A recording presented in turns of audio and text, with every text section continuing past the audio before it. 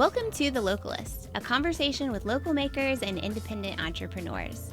I'm your host, author of the Localist book, and former small business owner, Carrie Rollwagen. So today on the podcast, we're talking with Laura Smith.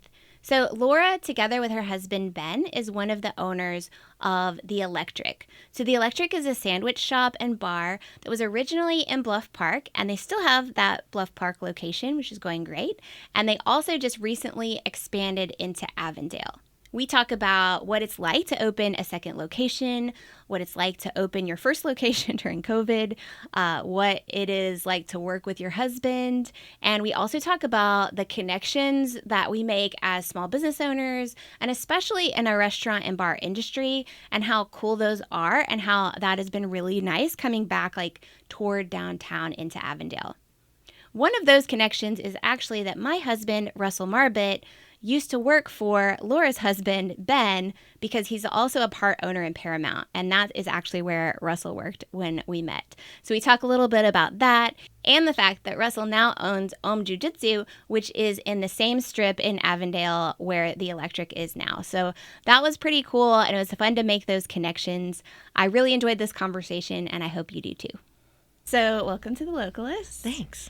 I actually kind of wanted to start, I do definitely want to talk about the new location, but I thought maybe we could start talking about what made you want to start a business in the first place, like start the first Electric, I guess. Was it your first business, and how did that process go? So it's my first business. Ben, my husband, he owns one of the owners of Paramount, so he had done it before. And when we met, he was a bartender, I was a regular. That classic rom-com story. It's actually literally how I met my husband, so. Stop. Yeah. I didn't realize that's how you met too. I love that so much. So he had always wanted to own a business, and then Paramount happened, and we moved up to Bluff Park after living in Southside for forever. Yeah. And there wasn't really anywhere to take our kids and get something to eat and drink and just a chill spot.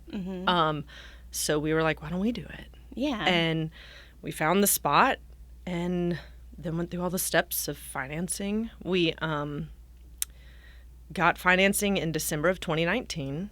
Oh, great. And then the world stopped. Yeah.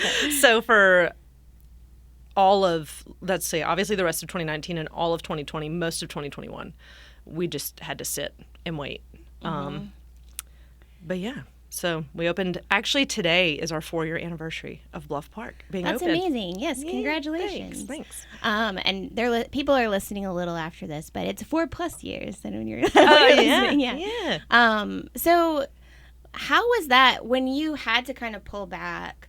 Besides, I think probably the financial scariness of it, was that kind of, okay, we can develop things more, or was it just kind of we're completely in a holding pattern? Does that make sense? Yeah, we were definitely in a holding pattern completely. When we got our financing, we were still looking for contractors and subcontractors and figuring out exactly how we were going to do it. We knew that it was going to be very DIY. It was just Ben and I.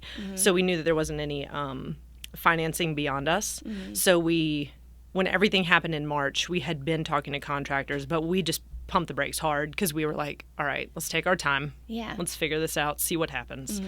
And then towards the end of 2020, we started to be like, all right, this could still happen. And then we kind of delved more into the developmental stage of okay, what do we really, beyond just let's do it. And we had thought it out, but we really wanted to fine tune some things. So it did give us more time to do that, which was nice. So. Were you in that space already? Did you have to pay for that space, or was that just kind of a, I believe we signed the lease. Ben is very much a I say grassroots, that might not be the right word, but he when he found the spot, he introduced himself to the landlord, really cultivated that, kind of got to know him before we signed the lease, just to make sure we weren't jumping into something with not a great landlord situation. So we had the space. Ken, our landlord, was great, and he was like, listen, I'm going to hold it for you. I'm not going to make you sign anything and start paying rent with all this the pandemic going on. So yeah. Wow. Which was really generous and nice of him. Yeah, definitely. So, So were you guys still working? I mean, obviously he had Paramount, and he still has Paramount, correct? Yeah. Were you still working, or was this kind of your we're waiting on this income and we don't have it? It was a weird year for me. Honestly, weird 2 years. So I was at Brick and Tin for just a little bit, and then we shut down. And then, let's see, later in 2020, I went back to school for a semester. And then that started to not make quite as much sense for our family. So then I actually got a job working the front desk at a salon and did that for a minute and thought that that was going to be my path. Yeah. And I did that for almost a year up until the restaurant opened. Okay. And then I worked kind of part-time. Brick and Tin briefly had a concept called Bowl. They were actually on the podcast.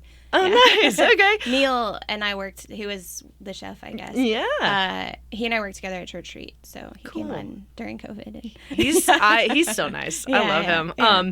But I did that for a bit too. And then I just kind of stopped. After the restaurant opened, I tried to do the salon and the restaurant, and I was like, this is not going to work. Yeah. So, and then I just shifted, and now it's my focus. Yeah.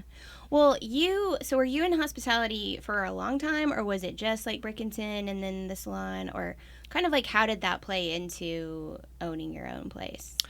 So I got into service industry because I was a very young mom, and I literally looked at a friend. I'd only worked in childcare, and I was like, I need a job where I can make money quickly. Yeah. And she was like, I'm a bartender. Yeah. Have you ever thought about waiting tables? And I was like, no. Yeah. And then I did. Yeah. So when we opened, let's see, how old am I now? I've been in the service industry for 15 years. Yeah. So it had been about 10 years. Owning was something that I never considered. I didn't even consider service industry my career for a long time. Yeah. Until I got to Brick and Tin, and I was like, okay, this could be a career. This could be something. Ben was always like, I'm going to be an owner. And I was like, cool. Yeah. Yeah, exactly. Good for you. Yeah. I do think that, I didn't think I would own, I had never really thought about it before Church Street came along. And then the opportunity came along, and it was like, okay, if I'm ever going to do this, it seemed like now is the time. Yeah. So it's sort of similar, but how did that, because I think a lot of people open restaurants, coffee shops, and bookstores partially because of like a dream, and they haven't necessarily done it. Like, how do you think the experience, because you guys, I mean, together you've not only done it but also done a business before, which is kind of a totally different thing. But was that I assume it was helpful, but what was different about, I guess, owning your own place, or was it different Versus working at like Brick and Tin? Definitely different. Like, just honestly, some of that, like for me, becoming like the owner, it was like imposter syndrome. I was like, am I qualified to do this? Yeah. Even though I had been doing it, it really wasn't, especially that first year, because Ben and I worked all the time, every position, back of house, front of house, everything. It just felt kind of like what I had been doing. Yeah. Managing people and making sure service ran great and the quality of the food was good. And I did like being able to have, like what music we're playing and how the restaurant looks, like the fun things. That was a fun change. Yeah. But the day-to-day was pretty similar. Yeah. Which was nice. Yeah. It didn't seem as daunting once we got open. Yeah. That makes sense. I feel like that was sort of the same for me. I didn't realize how, like, I was more emotionally tied to it. Yeah. Just like the staff and is this actually going to work and all that stuff. But it did seem like it helped a lot that I had literally done that job before, Yeah. No, you're right. The emotional side of it was not something that I was prepared for. Yeah. I mean, you get so invested, and then you're like, oh, this is my baby. Yeah. You get kind of, like, it does. It feels like it's your child, and you're taking care of it. That's a good point. I didn't even think about that part of it. But that was definitely different. It wasn't just like I'm going home now. It was like constant. Yeah, it does. It weighs a lot. Like, yeah. Plus, you always get calls of like something, the fire truck is outside, like it. Uh-huh. I won't go up. It's Yes. which I think you do if you're managing a restaurant. You get those things anyway, but Sure. it just does seem like a different level when it's like there's nobody else to call after this. Yeah. It's truly like we joke. It's like mom and dad. Mom. Yeah. Hey, dad. Yeah. Because that's it, right? Like you said, the buck stops with us. So Yeah. it's, with management, you're like, I can always call somebody else. But when it's your own, you're like, Yeah. I got to figure this out. Yeah. Well, how do you and Ben kind of like split responsibilities, or do you? Is it like, how does that kind of work? For the first couple years, we were both there all the time. We worked like true shifts, and we have 3 kids. So our oldest is 16, we have an 11-year-old, and then an 8-year-old. And we realized that wasn't quite working. Yeah. Especially the That's older a lot. Yeah. And the older they got and the more activities they were involved in, it was like we're either one of us is missing half of it and the other one is there, or only one of us and then one of us working. So right now I do the majority, kind of stereotypical general, like I'm mostly the what's the word? I'm the manager of the household. But I'm still very much involved. I help him with things if he needs help. Yeah. But honestly, we've got such a good management staff that they're really great and supportive. So between Ben and I, he splits his time between however many restaurants. Yeah. And then I'm there around some too. But yeah, mostly I focus mostly on getting the kids to and from, and all of our kids do a sport or an activity. And so that is a lot. Yeah. Well, how did you build that management team? Having a team you can trust is so helpful. Was that trial and error? Was it people that you just worked with before that you trusted, or how did that, or just happened? Management has shifted. We didn't start off with, so Marley is the GM of our new store in Avondale, and Jeremy is the GM of our Bluff Park store. So Marley I had worked with at Brick and Tin. Okay. And she had always said, because I had talked about it up until COVID, that she was like, I'll come work for you. And so when we did, she was like, I'll come work for you. Yeah. And she did that for a bit and then left for a couple months and then came back. And she became management. And then Jeremy was... Truly, we put a sign in the window that said help wanted. Yeah. And he applied and then ended up being fantastic. And we promoted him. Yeah. And then Ian is somebody that worked with Ben at Paramount, and now he's the other manager with Marley. Awesome. And then Nolan is now with so we split Marley and Jeremy. Marley went over here. Jeremy stayed in Bluff Park. Ian and Marley are in Avondale. Nolan is with Jeremy in Bluff Park. Nolan worked at like Greenhouse, and he worked with Bray, and then Bray had worked at Paramount. Yeah. So it was like kind of through the grapevine of who do you know and that kind of thing. Yeah, that's awesome. Yeah. So I guess tell me about opening Avondale. Like, when did this start? Did you guys always know that you wanted to have another place, or was it like this is just a great location, or kind of like how did that happen? We knew that we wanted another one. After the first 2 years, Ben started to kind of think about expanding, and he kind of put the bug in my ear. And Ben is a person that if somebody calls him and is like, hey, there's a spot, Ben's motto is like, I'll always have a conversation. Yeah. He's always open to having conversation, checking out things. So he had checked out a couple different spots, and then somebody called us about the old Tropicalio spot. And when we saw it, we were like, I think I like this. Yeah. Plus the location's great. After living in Southside and having businesses downtown, we just knew so many people that stayed on this part of town. Right, yeah. After we moved to Hoover. And I get it. Bluff Park is a destination. And not a lot of people are just like driving out to Hoover to hang out for the day. Yeah. So it's you have to go with intentionality. Well, and it sounds like you built the Bluff Park Electric based on the neighborhood and people bringing their kids. So it doesn't sound like you were even trying to say like, drive from downtown. It was more just like, you live here, bring your kids and hang out. Yes. So if that if that's correct. No, it is. Yeah. No, Yeah, you're absolutely correct. Because we had a lot of friends that were down here and we would see out and stuff, and they would be like, yeah, I just haven't gotten out there. And we're like, we get it. Yeah. So this spot just made sense. Yeah. It's over here. We love being closer to downtown and all of that. And then the spot, like, we love a true, like, dive bar. We want that cozy feeling. Yeah. We love an unassuming spot that's got good vibes and good food. So we were like, I think this could work. Plus that back patio, we were like, it's already here. Yeah. It's a huge, and you have the patio at your original place, right? So, the actual restaurant is pretty small. Yeah. It's pretty tiny. But then you walk outside and it's like a huge amount of space. Yeah, right? It's definitely, it's double the seats of inside. Yeah. Which is kind of wild. But they had already built it, and like the previous owner put, like hooks in the ground, and there's all these things that we were like, we could really, rebuild here. So we did. Yeah. But it just kind of happened that way where they just were like, you want to look at the spot? And Ben was like, I think this is the spot. And I was like, okay, I guess we're going to do it. Yeah. I'm always the nervous one, and Ben's like, let's just go. Let's just do it. I feel like that's so much how business works, though, because I'm more of the planner also. Like, Cal, my business partner, and I worked together really well because he was really good at handling chaos when it happened, and I was good at trying to prevent as much of it as possible. Yeah, yeah.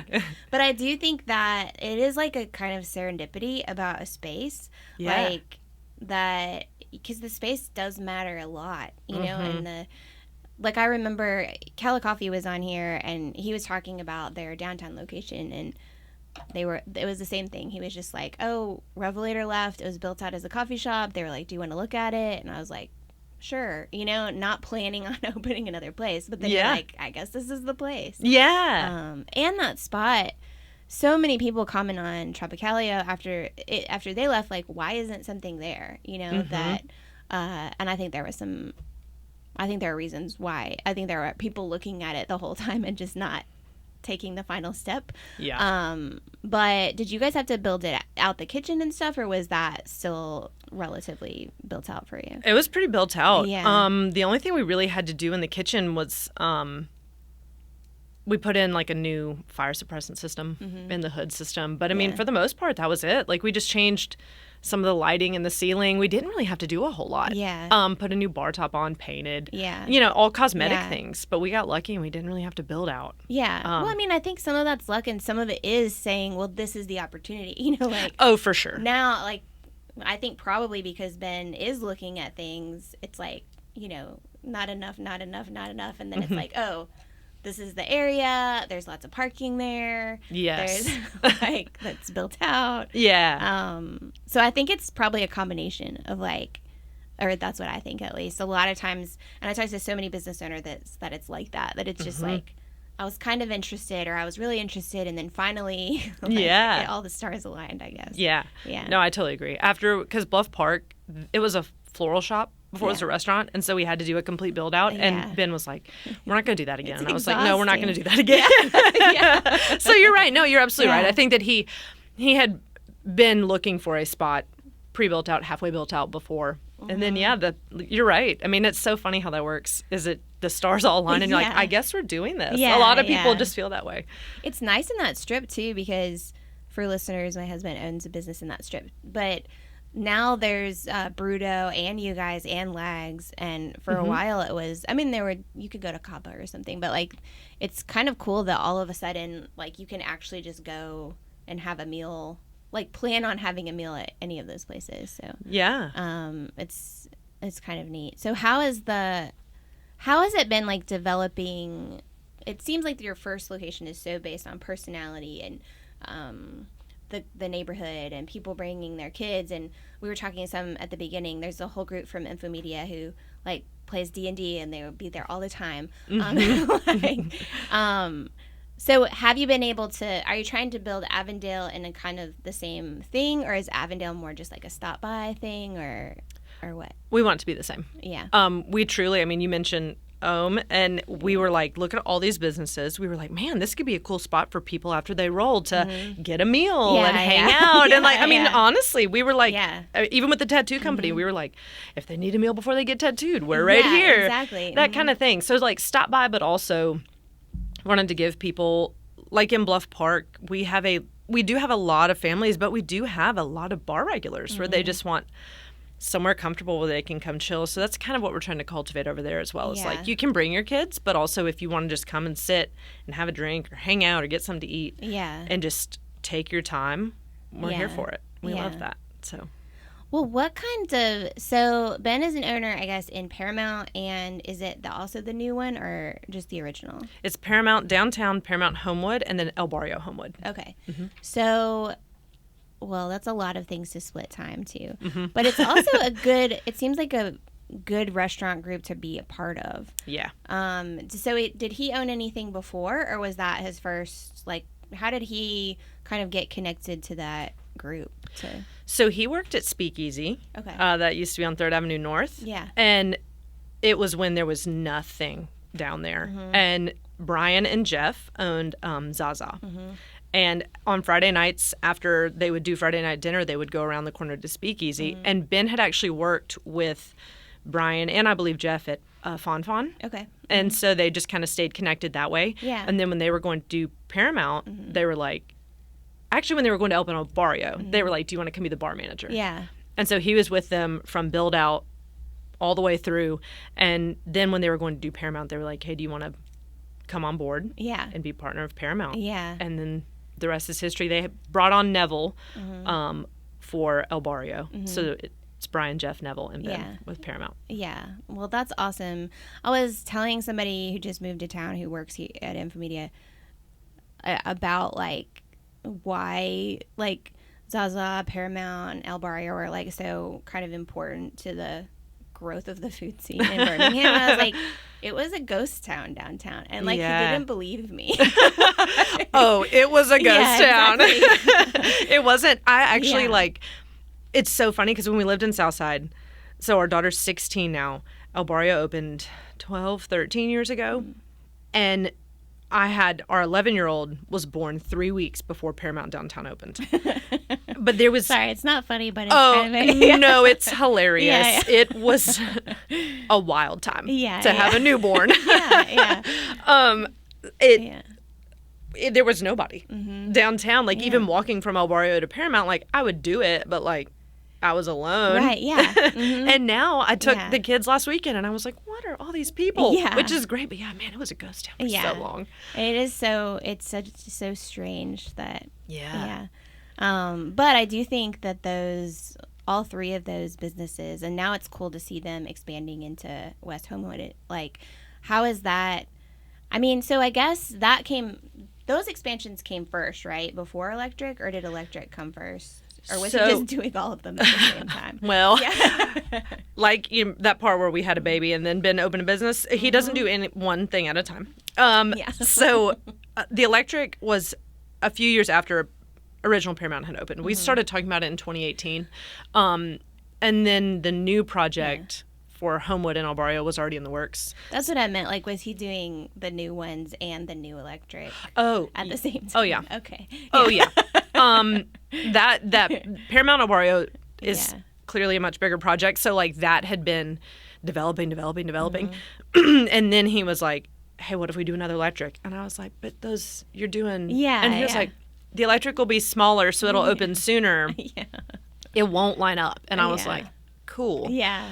And then Paramount opened, and then 2 weeks later, the electric opened. So it lined up a little bit.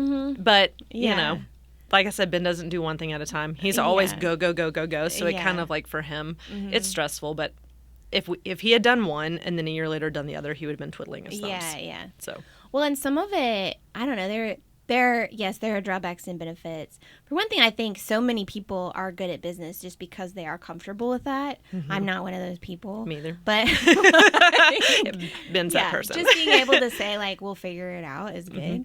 Also, in some ways, it's kind of good. Now, this is maybe just too much of my own, like, current experience, but it's kind of good to do all the build-outs at once instead of remembering. Like, so for we've had for 2 years and then started the new build out. Which is the worst time to do it because you haven't forgotten how bad it was. And essentially for a jiu-jitsu gym, you pretty much just have to have a room full of mats. So it's to build bathrooms, but it's a relatively easy build out. But I do wonder if you had done Paramount and El Barrio, and then a year later, it's like, do you even want to do another build out? Like, no, that's a really good point. We probably wouldn't have. Yeah, it's like kids, honestly. Yeah, like, yes, all of our kids are spaced out so that like we forget what it's like being sleep deprived. Yeah. So I totally agree. It probably wouldn't have happened. Yeah. I mean, you're right. Like, talk about serendipitous and everything. I guess the timing had to happen that way so that we could just rip the Band-Aid off and have it be done. And now everything is open. Yeah. And that's exactly. it. Yeah, I never thought about it that way, but that's so true. Yeah. Well, and so how was that? Because when people used to want Church Street to open a second location, and they kind of acted like it's just copy paste, and it's like it's not that. That's true. So it sounds like, did it, like, even splitting the staff and things like that, did that work out organically, or was anything tricky to be like, oh, we have to double this now? It happened pretty organically. We had to, find the other staff, but having management in place. And I mean, as you know, like when you open a business, you're like, I think we'll need this many people working. And then after you open, you're like, maybe we need more, maybe we need less. So that part has been, we've had a great staff, but staffing worked out pretty organically. And I've told people the second concept was easier than the first because it wasn't like we're building a brand and a vibe and a menu and a bar program. But yeah, there's differences. Yeah. So it's definitely not all just, the exact same. Well, let's talk some about building those things, like maybe starting with the menu. Kind of, where did you start there? Did one of you have experience or interest there? Did you use another chef or recipes? Like, how did that develop? Neither one of us had any experience creating menu. Ben loves a sandwich. Always has, and so he's always wanted a sandwich shop.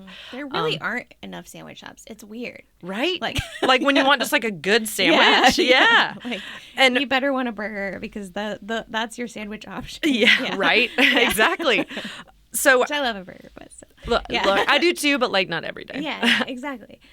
Brick and Tin gave me some good experience, but then really it was Ben knew that he wanted to do sandwiches specifically because like both of his parents loved to cook, but his dad was a firefighter for a long time, and so he would make different meals. And one of the sandwiches he made, we have it on the menu, it's called TG. Yeah. It's named after him. That's but cool, it just kind of started from there. He was like, there's this sandwich my dad made, and then we were like, all right, well, what other proteins do we want on the menu? What kind of sandwiches? And then we just brainstormed and spitballed, and I have a vivid memory of sitting. All the chairs at Bluff Park, inside and outside, originally came from IKEA. Yeah. And because they're a flat package, I carried 5 tables and 48 chairs in the back of my car one day. And I put them all together. But as I'm building chairs, we're talking about the menu and just writing it all down. And we just did it. We were like, why not? Yeah. So was that just trying to like tasting things? Is it so it's just you guys and because it's very good. So good job. Thanks. Most everything that's on the menu was Ben and I. There have been additions to the menu and different things that other like Jeremy or Nolan or whoever have given us ideas or suggestions and been like, that's really good. Let's put it on the menu. Yeah. We're always open with our staff. Like if they're like, hey, will you try this or we want to run a special, we're like, do it. Yeah. Love that. But yeah. Well, that's good. And so I obviously like there was some trial and error with your Bluff Park location, probably with some things that just people aren't buying or people love it or whatever. And so is the menu mostly the same between the two? Mostly. Yeah. We have sandwiches, flatbreads, salads. We did have sausage dogs in Bluff Park, but again, they weren't selling, so we took them off the menu. But then we brought it back for Avondale, so we have one on the menu there. Yeah, so we only have one soup in Avondale versus the 2 in Bluff Park. Yeah. Just things like that. Yeah. Yeah. Awesome. And I guess that will probably evolve as you see is it more kind of people hanging out during the day or business people stopping in, or do you think it's more people coming into downtown from Avondale, or is it just like a mix of? It's kind of a mix. We're getting some people that are just around. We're getting some business people. We've gotten some like catering-esque orders, like bigger orders, which is nice. So right now it's just kind of people coming in for lunch and hanging out. Yeah. Well, you have catering on your on your website too. So when you do catering, is it the same? Or is it a different kind of, like, there are some places we order from that, like, you go and you get one thing, but the catering's kind of like a different thing. Is that right? Is it like that, or is it just like, no, it's basically just like, get this catering for your meeting or whatever? It's basically that. Yeah. We keep the sandwiches kind of limited. We offer a fewer sandwiches just based on what travels well. But I mean, for the most part, we do have a beer cheese mac and cheese. And like, we don't do that for catering because we can't keep it hot. But I mean, it's pretty much the same. Yeah. I also heard you have a great chili recipe, if that is coming for winter. I think because we have so many people here who are regulars there. I got some things they were like, mention this. Yeah, we do have chili. We'll probably put it on in Avondale as well. Yeah. But chili season's coming up. Yeah. So beyond the menu, like, creating that, like, coming up with a logo and the vibe of the space and those things, did you know those going in, or did that develop, or how did that happen? The name, Ben, like, has a note in his phone that's just like, oh, that'd be a good restaurant name. That'd be a good restaurant name. So the name we picked because it's exciting and fun, but also it's very ambiguous. Yeah. We knew we could do anything. Yeah. Then the vibe, it started off that we wanted to kind of do, like, throwbacks to, like, old electrical things, conduit and insulators from phone poles and different things like that. But then as we started to kind of get in there, we knew that we wanted it to be a nostalgic feel because a sandwich is inherently, to me, and to Ben, a nostalgic thing. You know, like, you can associate so many, like, different memories with, like, eating it, like, you know, going to the pool, getting a sandwich, and just different things. So we knew we wanted it to be kind of nostalgic. So figuring out exactly how we were going to do that and do it differently. Because there are a lot of places that have vintage art on the walls and different things. So we had to just be really, really intentional with what we curated and put on the walls. But that was the most fun part. Yeah. So did you shop for those things yourself, or gather? Like, how does that work? Yeah, I shopped for everything. Everything you see in both restaurants is things that I have found. Most of them locally. A few of the more than a few are from, like, New Orleans and just different places. I'm definitely that person where if we're driving down the highway and there's an antique store, I'm like, pull in. I want to go there. But like, in Bluff Park, it was so DIY. Like, the banquette in both locations I made, and, like, the big stripe on the wall in Bluff Park I painted myself. So, but I found all of it everywhere.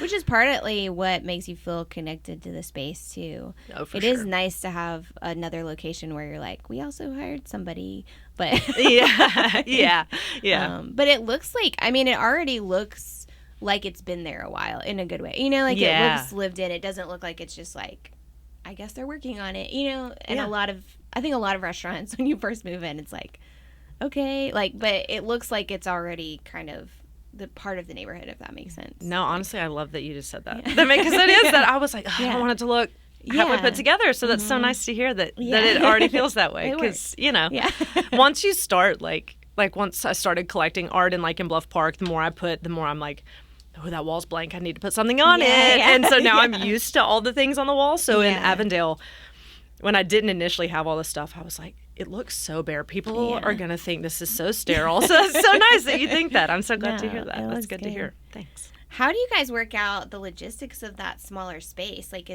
was that difficult to figure out, like, where's the flow of people going to go? Or is that, I guess there's only one place you kind of can go. But was that tricky, or did it work well, or I don't know? It just kind of, it honestly worked well. Having a smaller space like that kind of forced us to do it that way. But, you know, maximize seating with the space that you have. Ben and I both, it's a puzzle, you know, and that's another one of those things where it's just like a fun, how are we going to, what's the puzzle for this? Play restaurant Tetris, and then in the kitchens, and like in Bluff Park too, that gave us, we learned so much doing that. So that kind of gave us a jumping off point. Having the order counter right next to the bar, we were like, all right, well, then we're going to put it right here to order and all that stuff. So are you seeing crossover between people at both locations, or is it more just like if you live in Hoover, you go to Bluff Park? And if you live in, we've seen some crossover. Yeah. I definitely have had friends from Bluff Park be like, I went to a show, and so I went to the Electric. Yeah. And but also there's been, it makes me laugh because obviously there are shows and people go out, and I was like, I wonder if they went to the Electric, and I was like, well, why would they go to the Electric if they're out for a night downtown where they don't live? You want to go somewhere different. So there's been some crossover. Yeah. But honestly, not a whole lot. Yeah. Which is kind of fun. Yeah. We've got a couple regulars that will pop in. Yeah. In Avondale, and I love that. Yeah. Well, and also so much, we've already talked about this, but so much of, I think that's a good thing, that if you're building for the neighborhood that you're in, which is another thing I think is a mistake a lot of people make with new restaurants, is just being like, well, here's my concept and my vision, and I'm going to put it in this place, but I don't think that works that often. But it sounds like you guys are really responding to the areas that you're in, and so they're developing their own personality. So yeah, and what we learned with Bluff Park is that people love to support local, and people love to take ownership. So like in Bluff Park, I've got a lot of vintage stuff from like Birmingham, but then in Avondale, I've got some vintage things from Bluff Park. Oh yeah, that's cool. Yeah. Yeah, to kind of give, but that not too in your face local, but like just enough touches, and like that's what's kind of fun too, is when people see things that they relate, and they're like, oh, it's local, so they kind of take ownership of it, and they love it, and they're like, I want to go there because whatever. So that's kind of what we try and that's awesome cultivate. Yeah. Well, if somebody is coming for the first time, really, to, I guess, either you can answer once or for each location, what would you like, what's something that they have to try, or that they may not know that's different about you guys than like another place, like either something, just that this is unique, like I think are you open every day? Every day. So that's unique. Yeah, every day, 11 to 9. Yeah. Anything that they may not know, or just like, you should try this because this is something really unique that we have. Yeah.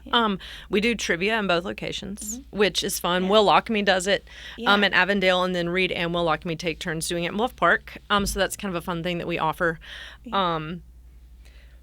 As far as trying things, my favorite's the Camilla. Yeah. It's a chicken sandwich, white barbecue sauce on sourdough. It's just so good. Awesome. The TG, and then aside from the Spark Burger, we have a sandwich called the Hedberg. It's like our version of a club. Yeah. That one's really, really awesome.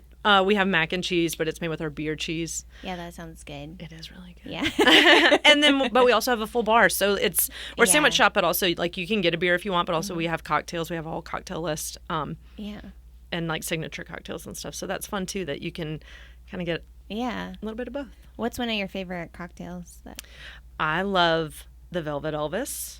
It's our take on an old fashioned. It's made with hoodoo chicory liqueur though. Oh, wow. So it's got this like delicious velvety texture, and it's like slightly different than just regular old fashioned. That one's super good. And then the Dr. Teeth. Yeah. Like mint and Aperol and gin, and awesome. Yeah, it's good. Is it you or Ben or both, or just your bartenders, or like it kind of coming up with the cocktails, or is it how do those? The signature cocktails or the house cocktails, Ben developed those initially, and then we've had like the Purple Rain was Jeremy or Marley. If they listen, I hope they don't give me a hard time. But one of them came up with that drink. So it's another one of those things where if they're like, hey, I want to put this on, we're like, let's do it. Awesome. So cool. Well, thank you so much for coming on. Thanks. Yeah, thanks for having me. Yeah, this was a fun conversation. So thanks. So cool to hear about everything with Church Street and all of that, and the different perspective. Well, and I didn't even think about the connections with Russell working at Paramount for Ben, and like, so that was cool. That's somewhat, you guys are on my radar anyway, but to some extent, like I asked him things, but it was cool to kind of think back like, oh yeah, like that was a connection point too. So yeah, no, I love that. And then here they are back together in the same shopping center and stuff. Yeah. I don't know. I love it. That's one thing that I do. I love about that like shopping center, and also just being back downtown is there's so many connections and everybody's like, hey buddy, and I'm gonna support you and you support me, and it's great. So. Yeah, it really is. It's good. So thank you. Yeah, thank you. I appreciate it. Yeah. The Localist podcast is written and produced by me, Carrie Rollwagen, and we record right here at Infomedia Studios. So Infomedia can handle your digital and website needs, but we also have a full video and photo and podcast studio. So if you're interested in doing a podcast for yourself or for your business, or even if you just want to come and shoot some social media clips to share for yourself, we would love to help. To do that, just head to infomedia.com and fill out our contact form. But I don't put the Localist together by myself. We have a whole team that helps.